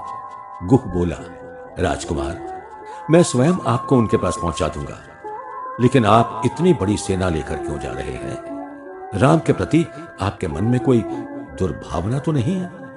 भरत ने कहा, निषाद राज, मैं पितृतुल्य भाई को सम्मान पूर्वक वन से लेवाने जा रहा हूं। गुह की शंका मिट गई। वो भरत के पास बैठकर बातें करने लगा। भरत उसके साथ उस इंगुदी वृक्ष के नीचे गए जहां राम ने एक रात व्यतीत की थी। उनकी तृणशैया ज्यों की त्यों बनी थी। उसे देखते ही भरत का हृदय भर आया। रात में वो स्वयं उसी तृणशैया पर लेटे। प्रातःकाल गुह की आज्ञा से 500 नावें घाट पर लगा दी गई। भरत ने बरगद के दूध से अपनी जटा बनाई, वल्कल वस्त्र धारण किया। इसके बाद वो दलबल सहित नदी के पार उतरे। वहां से उन्होंने गुह के साथ भारद्वाज के आश्रम की ओर प्रस्थान किया। प्रयाग पहुंचकर भरत महर्षि भारद्वाज से मिले। उनके साथ विशाल सेना देखकर महर्षि को भी कुछ शंका हुई। उन्होंने पूछा, भरत, चतुरंगिणी सेना के साथ तुम्हें यहां आने की आवश्यकता क्यों पड़ी? तुम वनवासी राम का अपकार तो नहीं करना चाहते? भरत ने आंखों में आंसू भरकर अपने आने का प्रयोजन बताया और उनसे राम के निवास स्थान का पता पूछा। भारद्वाज का संदेह मिट गया। उन्होंने राम का पता बताकर भरत के संपूर्ण दल को उस दिन अपने पास ठहरा लिया। दूसरे दिन वो लोग चित्रकूट की ओर चले। चलते चलते वो महादल चित्रकूट के निकट पहुंचा। उसके कोलाहल से सारे वन में हलचल मच गई। वन के जीव जंतु इधर उधर भागने लगे। दूर आकाश में धुआं उठता दिखाई पड़ा। वहां पर किसी मनुष्य के होने का अनुमान करके भरत उसी ओर वेग से आगे बढ़े। इधर से राम ने पशु पक्षियों को सहसा भागते देखा। एक और आकाश में अपरंपार धूल उड़ती हुई दिखाई पड़ी। धीरे धीरे कोलाहल भी सुनाई पड़ने लगा। राम की आज्ञा से लक्ष्मण एक लंबे वृक्ष पर चढ़ गए और दूर तक दृष्टि दौड़ाकर बोले, आर्य, सीता को किसी सुरक्षित स्थान में बैठाकर शीघ्र धनुष बाण उठाइए। अयोध्या की चतुरंगिणी सेना ध्वजा फहराती चली आ रही है। जिस भरत के कारण इतना अनर्थ हुआ, वही हमें मारने आ रहा है। आज मैं उसको तथा कैकेयी और मंथरा को भी मारकर चित्त की ज्वाला शांत करूंगा। ये कहकर उग्रवीर लक्ष्मण नीचे उतरे। कटु शब्दों में भरत की निंदा करते हुए युद्ध के लिए सन्नद्ध हो गए।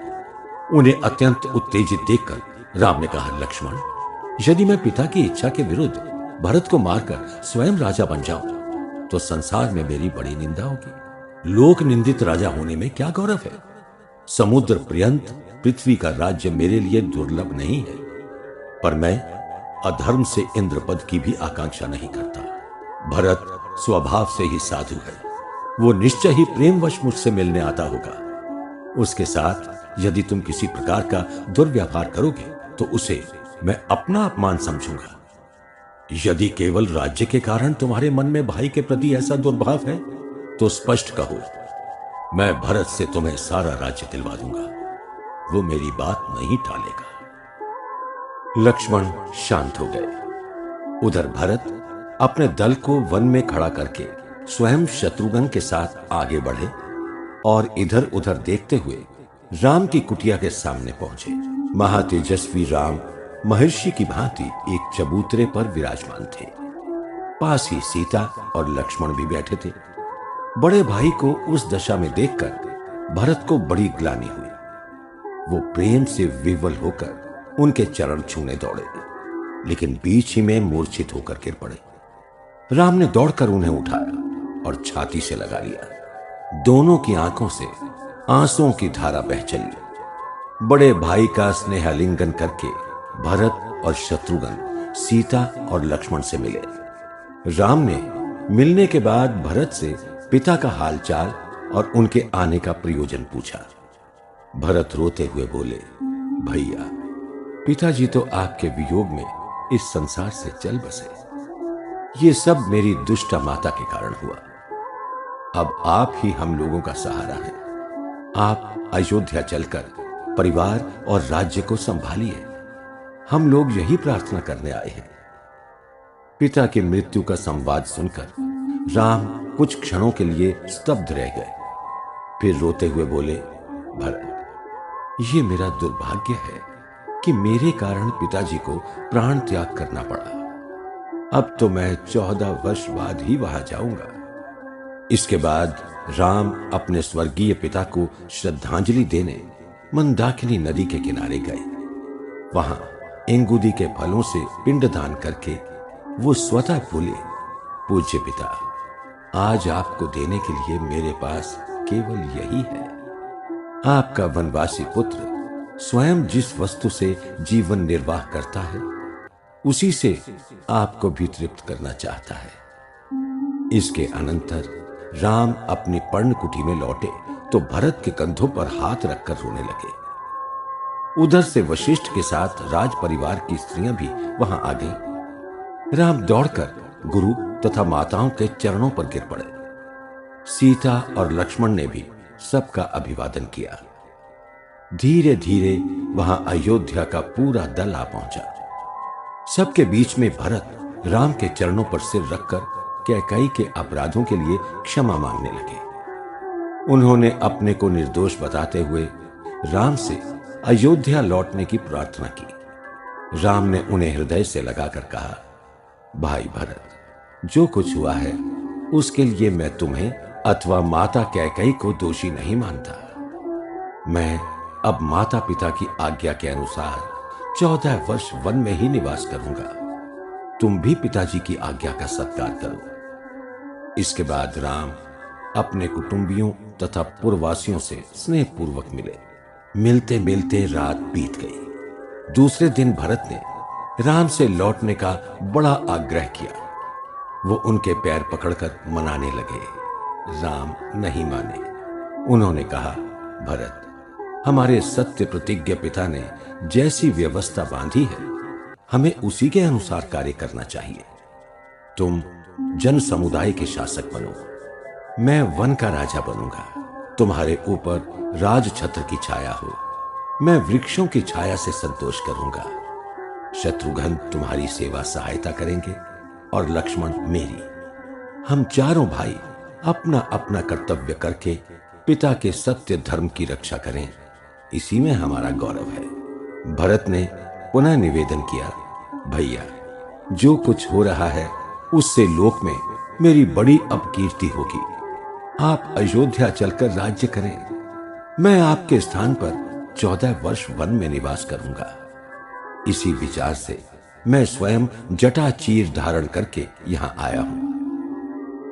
गुरुओं, आत्मीय जनों और पुरवासियों ने भी बहुत कहा, परंतु राम लौटने के लिए तैयार नहीं हुए। भरत अंत तक अपने हठ पर अड़े रहे। तब राम ने उनसे कहा, भरत, कदाचित तुम्हें इस बात का पता नहीं है कि तुम्हारे नाना ने अपनी कन्या कैकेयी के विवाह के पूर्व पिताजी से ये वचन ले लिया था कि उसके गर्भ से उत्पन्न पुत्र ही राज सिंहासन का अधिकारी होगा। इसके अतिरिक्त देवासुर संग्राम में पिताजी ने माता कैकेयी को 2 वर प्रदान किए थे। एक से उसने तुम्हारे लिए राज्य और दूसरे से मेरे लिए वनवास मांगा है। ऐसी दशा में महाराज के वचन का मान होना ही चाहिए। तुम अयोध्या जाकर राज्य करो। मैं तुम्हें शुद्ध हृदय से आशीर्वाद देता हूं। सब लोग हताश हो गए। तब महानास्ते विद्वदर जाबाली राम से बोले, राम, आप बुद्धिमान होकर भी धर्म के ढकोसले में क्यों पड़ते हैं? राजा दशरथ के धर्म की रक्षा के लिए अपनी हानि करना, अपना राजपाट छोड़कर वन में कष्ट भोगना कोरी मूर्खता है। आप अपना स्वार्थ देखिए, धर्म और सत्य के पछड़े में ना पड़िए। संसार में कोई किसी का माता पिता, भाई या सगा संबंधी नहीं है। शुक्र शोणित के संयोग से जीव अकेला उत्पन्न होता है, अकेला ही मरता है। दशरथ से आप सर्वथा भिन्न हैं। उनका अब पृथ्वी पर कोई अस्तित्व नहीं है, इसलिए उनके प्रति श्रद्धा दिखाना, पिंड दान करना व्यर्थ है। भला मरा हुआ आदमी भी कहीं खा सकता है? आप जो कुछ प्रत्यक्ष हैं उसी को सत्य मानिए, परोक्ष में विश्वास न कीजिए। अब दशरथ के जीवन के साथ उनकी सभी बातें समाप्त हो गईं। उनका आपका क्या नाता? आप इस झूठे संबंध को भूल जाइए और ठाठ से चलकर राज्य कीजिए, मनमाना सुख भोगिए। बार बार ये शरीर नहीं मिलता। जाबाली का ये धर्म विरुद्ध प्रलाप राम को प्रिय नहीं लगा। वो रुष्ट होकर बोले, महर्षि, मैं ऐसा मर्यादा रहित आचरण नहीं कर सकता।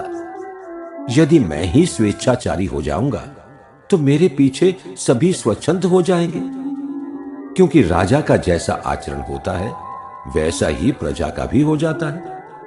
आपके बताए हुए मार्ग पर चलने से मेरा ही नहीं, सारे लोक का पतन हो जाएगा। मैं विषम से विषम परिस्थिति में भी सत्य को नहीं छोड़ूंगा, क्योंकि सत्य पर ही ये लोक टिका है।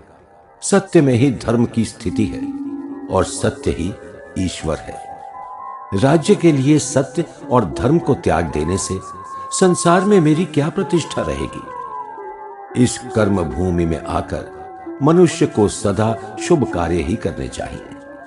इसे सुनकर महर्षि जाबाली ने कहा, राम, अयोध्या वासियों को अत्यंत दुखी देखकर मैंने केवल आपको लौटाने के विचार से ही ऐसा कहा था। आप जैसा उचित समझें वैसा करें। महर्षि वशिष्ठ ने भी राम से लौटने का अनुरोध किया। भरत अपने हठ पर ही अड़े रहे। राम किसी तरह नहीं माने। अंत में भरत उनकी पादुकाओं को पकड़कर बोले, अच्छा भैया, अपनी ये पादुकाएं मुझे दे दीजिए, मैं इन्हीं को लेकर यहां से चला जाऊंगा। जब तक आप नहीं लौटेंगे मैं मुनि व्रत धारण करके नगर के बाहर रहूंगा और इन पादुकाओं को आगे रखकर वहीं से राजकाज चलाऊंगा। यदि आप 14 वर्ष बीतते ही न आएंगे तो मैं अग्नि में जलकर प्राण दे दूंगा। राम ने अपनी पादुकाएं दे दी और भरत को छाती से लगाकर कहा, भरत, अब तुम सबको लेकर लौट जाओ। तुम्हें मेरी और सीता की शपथ है, कभी माता कैकेयी के साथ किसी प्रकार का दुर्व्यवहार न करना। मैं 14 वर्ष बीतते ही अवश्य लौट आऊंगा। इसके बाद राम ने माताओं और गुरुजनों को अंतिम प्रणाम किया। सबको अश्रुपूर्ण नेत्रों से देखा। उनका गला ऐसा रुंध गया कि वो बिना बोले ही रोते हुए कुटी के भीतर चले गए। सीता और लक्ष्मण ने भी रोते हुए सबका अभिवादन किया।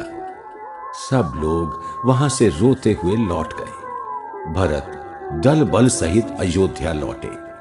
वो वहां से राम की पादुकाओं को सिर पर रखकर राजधानी के बाहर नंदीग्राम नामक स्थान में निवास करने लगे। मंत्रियों, पुरोहितों और प्रजाजनों के आगे उन पादुकाओं को सिंहासन पर स्थापित करके उन्होंने कहा, अयोध्यावासियों, हमारे आपके लिए ये पवित्र पादुकाएं राम के चरणों की भांति ही वंदनीय हैं। इनके प्रभाव से राज्य में धर्म स्थापित रहेगा। ये राज्य मेरा नहीं, मेरे बड़े भाई राम का है। मैं इसे उनकी धरोहर मानकर यत्न से संभालूंगा। मेरी मां के कारण मेरे ऊपर जो कलंक लगा है उसे मिटाने के लिए मैं इसी ग्राम में बैठकर 14 वर्ष तक तप करूंगा। धर्मात्मा राम की चरण पादुका मेरा पथ प्रदर्शन करेंगी। राम की पादुकाओं पर छत्र चंवर आदि लगाए गए। जटा चीरधारी महात्मा भरत सांसारिक सुख वैभव से संन्यास लेकर नंदी ग्राम में बस गए और वहीं से राम के नाम पर राजकाज चलाने लगे। राम का चित्रकूट से प्रस्थान। भरत के चले जाने के बाद राम ने देखा कि वहां के बहुत से तपस्वी अपना अपना आश्रम छोड़कर कहीं और जाने की तैयारी में हैं। उन्होंने एक वृद्ध तपस्वी से इसका कारण पूछा। वो बोला, राम, आपके यहां रहने से राक्षस राज रावण का चचेरा भाई खर शंकित हो गया है और जनस्थान के तपस्वियों पर घोर अत्याचार कर रहा है। हम लोग उसी के भय से भाग रहे हैं। आप यहां से चले जाते तो हम लोगों का बड़ा उपकार होता। राम पहले से ही अन्यत्र जाने का विचार कर रहे थे, क्योंकि वहां के एक एक स्थान को देखकर उन्हें स्नेही जनों की याद आती थी और वो मोह से व्याकुल हो जाते थे। दूसरे, भरत की सेना के टिकने के कारण वो स्थान हाथी घोड़ों के मलमूत्र से बहुत गंदा हो गया था। इन सब कारणों से उन्हें वो स्थान छोड़ना पड़ा।